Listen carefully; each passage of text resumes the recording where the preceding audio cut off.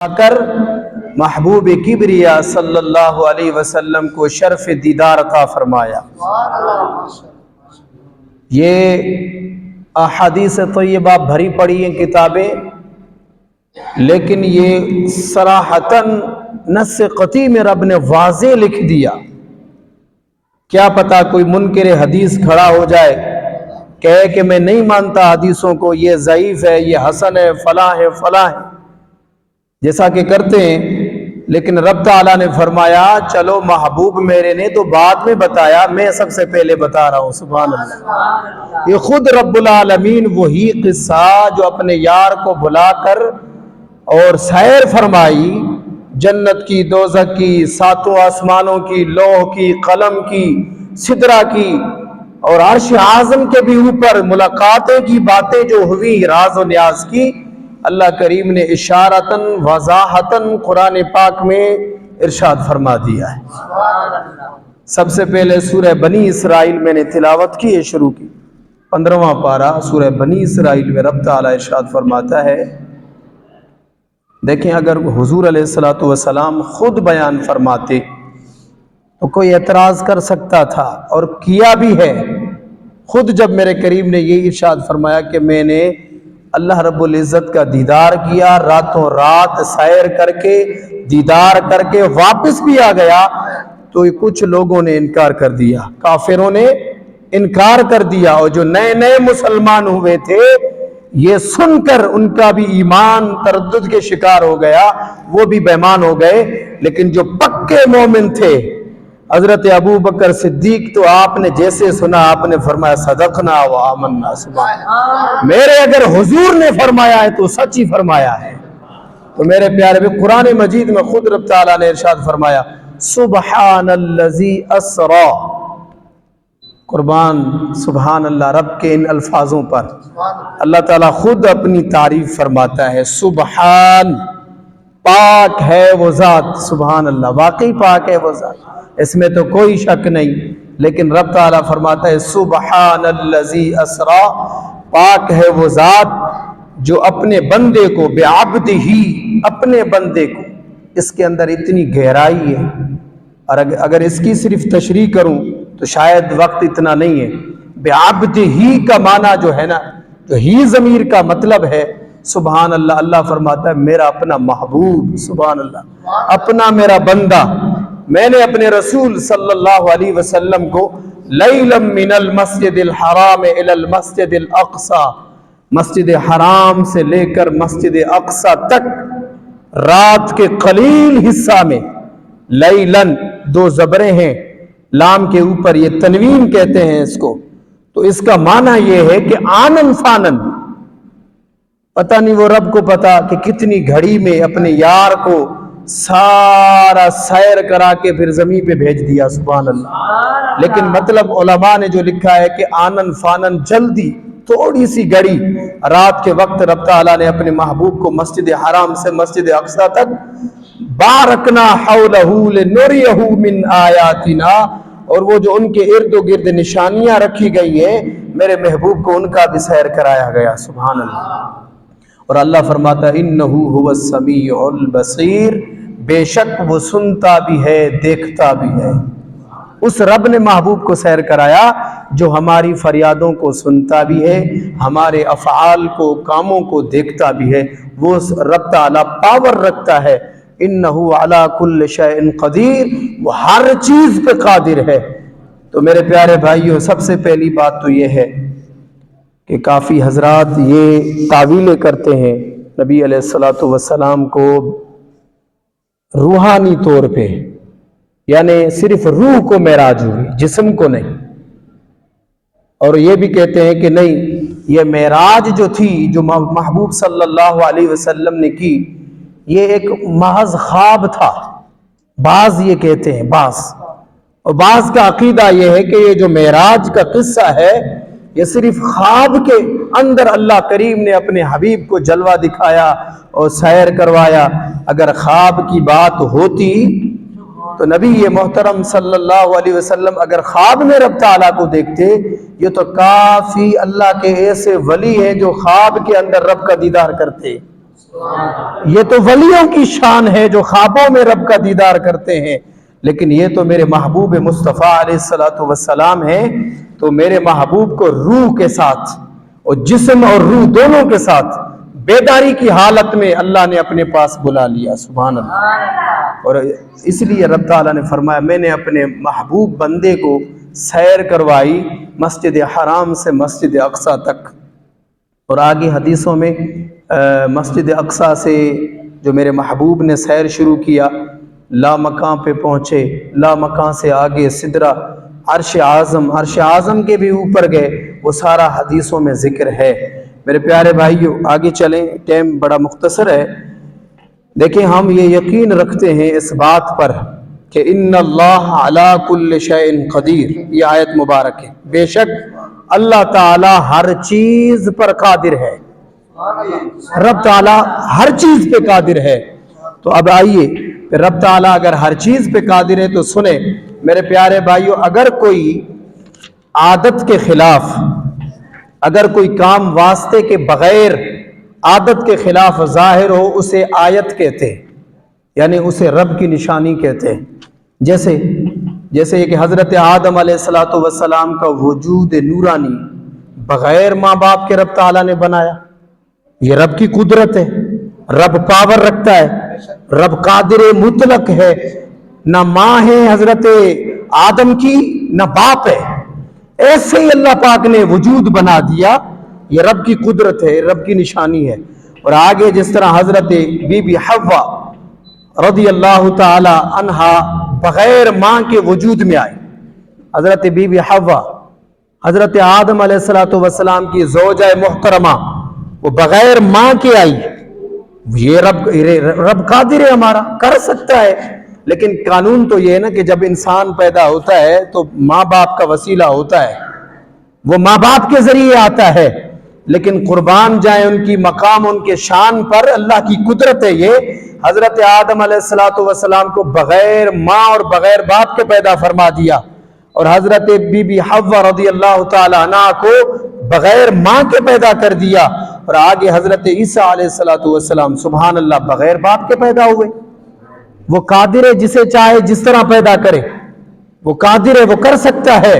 لیکن پیارے بھائیوں لِنَجْعَلَكَ آیَةً لِلنَّاسِ،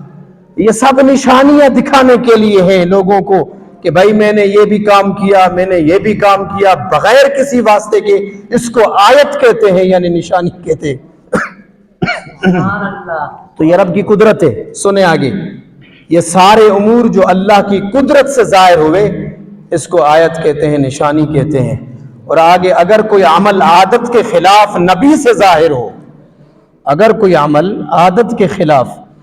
کسی نبی سے ظاہر ہو اسے معجزہ کہتے ہیں، اگر کوئی عادت کے خلاف کسی ولی سے کوئی کام صادر ہو اسے کرامت کہتے ہیں، معجزہ نہیں، معجزہ صرف نبی دکھا سکتا ہے۔ اگر کوئی اللہ کے بندے پیارے بندے کے سامنے ایسی بات کہیں، پھر وہ ایسا کوئی کام کر بیٹھے جو عقل کو ہلا دے، عادت کے خلاف ہو، تو پھر اس کو کرامت کہتے ہیں۔ تو پتہ چلا،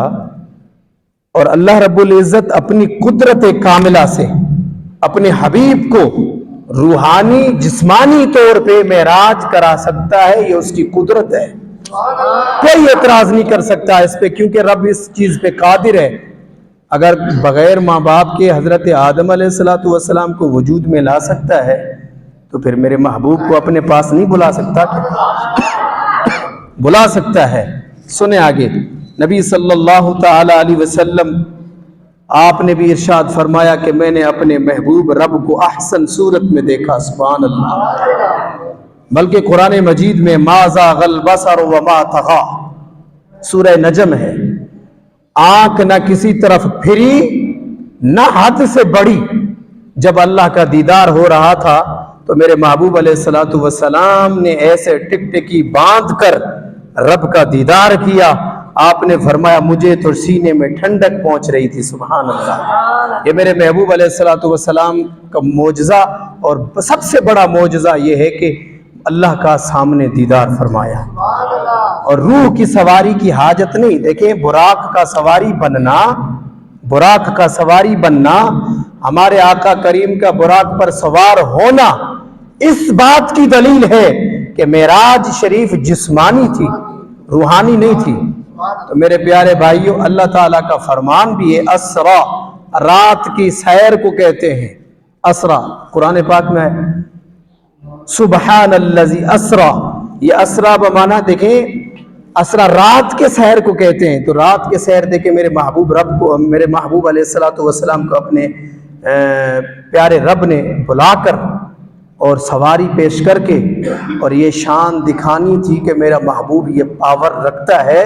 میں اپنے حبیب کو بلا سکتا ہوں اور وہ بھی آنن فانن ساری کائنات کا مشاہدہ کر کے پھر حبیب زمین پہ آ سکتے ہیں۔ سبحان اللہ، یہ کامل، یہ اللہ کی کامل قدرت ہے۔ تو نبی علیہ السلام کے غلاموں، یہ پتہ چلا کہ اللہ رب العزت نے اپنے حبیب کو سیر کروایا روح اور جسم کے ساتھ، بلکہ بیداری حالت میں مصطفیٰ کریم نے اپنے رب تعالیٰ کا دیدار فرمایا۔ دیکھیں،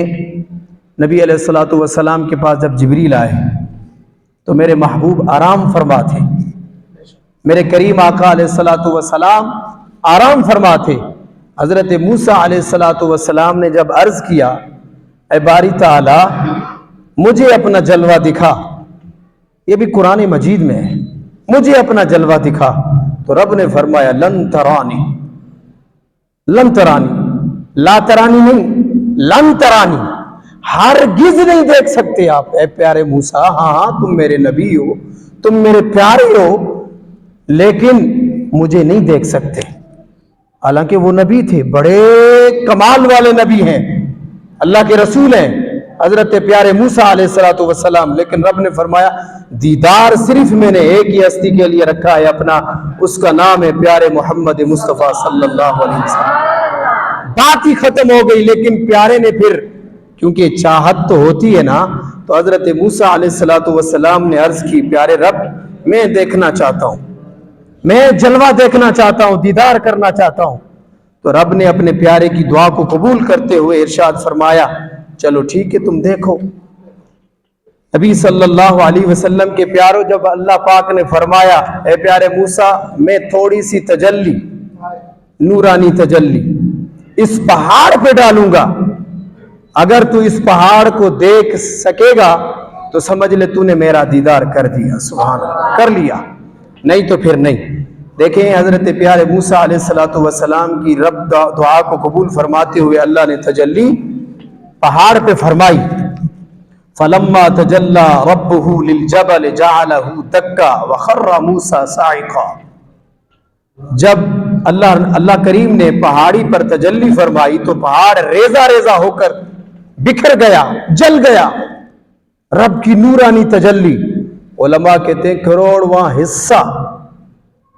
تھوڑی سی تجلی رب نے صرف پہاڑ پہ ڈالی، لیکن پہاڑ جل گیا، ریزہ ریزہ ہو گیا۔ جب پیارے موسیٰ علیہ السلام نے اس پہاڑ کا دیدار کیا تو وَخَرَّ مُوسَى صَاعِقًا، اور حضرت موسیٰ علیہ السلام بے ہوش ہو کر گر پڑے۔ یہ رب کی تجلی میں، سبحان اللہ، اللہ رب العزت کی تجلی میں اتنے وہ کھو گئے پیارے موسیٰ علیہ السلام۔ کافی دنوں کے بعد، کافی عرصے کے بعد جب ہوش آیا تو حضرت موسیٰ علیہ السلام نے خود فرمایا کہ یہ تو تجلی کا کمال یہ ہے کہ میں 30 میل دور رات کے اندھیرے میں یہ جو چونٹی چل رہی ہے پہاڑیوں پر وہ بھی دیکھ رہا ہوں، سبحان اللہ۔ اتنی نورانیت میری آنکھوں کی بڑھ گئی ہے کہ وہ جو 30 میل دور ایک چل رہی ہے چونٹی، اس کو بھی میں دیکھ رہا ہوں رات کے اندھیرے میں۔ تو پتہ چلا جب حضرت موسیٰ علیہ السلام نے دعا کی تھی، باری تعالیٰ جلوہ دکھا، جلوہ دکھا، میرے قریب نے فرمایا لن ترانی، نہیں دیکھ سکتے تم، لیکن پھر بھی دعا کو قبول فرماتے ہو، کیونکہ نبیوں کی دعائیں اللہ رد نہیں کرتا، تو اس لیے اپنے پیارے کی دعا کو قبول فرماتے ہوئے دیدار فرمایا، وہ بھی تجلی، صفاتی تجلی، سبحان اللہ۔ لیکن پیارے محبوب علیہ السلام کا شان تو یہ ہے کہ میرے کریم نے اپنے پاس بلا لیا اور براق پر بلا لیا۔ براق برق کی جمع ہے، برق کہتے ہیں بجلی کو، اور بجلی کی رفتار کیا ہے؟ یہ بجلی دنیا والی بجلی نہیں، وہ رب جانتا ہے کتنی تیز سواری ہے۔ وہ برق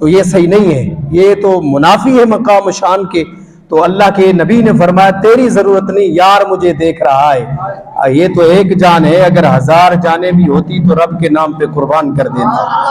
حضرت ابراہیم علیہ السلام نے یہ جواب عنایت فرمایا، تو اللہ نے خیر آگ کو تو گلزار بنا دیا۔ میرے محبوب مصطفیٰ نے فرمایا آج جو کچھ مانگتا ہے جبریل، تیری چاہت کیا ہے، میں رب کی بارگاہ میں جا رہا ہوں، تیری چاہت کو بھی قبول کرواؤں گا۔ تو حضرت جبریل نے بات کو ختم کرتے ہیں، کہتے ہیں میرے مالک چاہت کیا ہونی ہے، سب چیز تو میرے رب نے مجھے عطا فرمائی ہے، 1,00,000 کموبے 24,000 پیغمبروں کا خادم بنا، قاصد بنا، اور آپ جیسے رسول کا بھی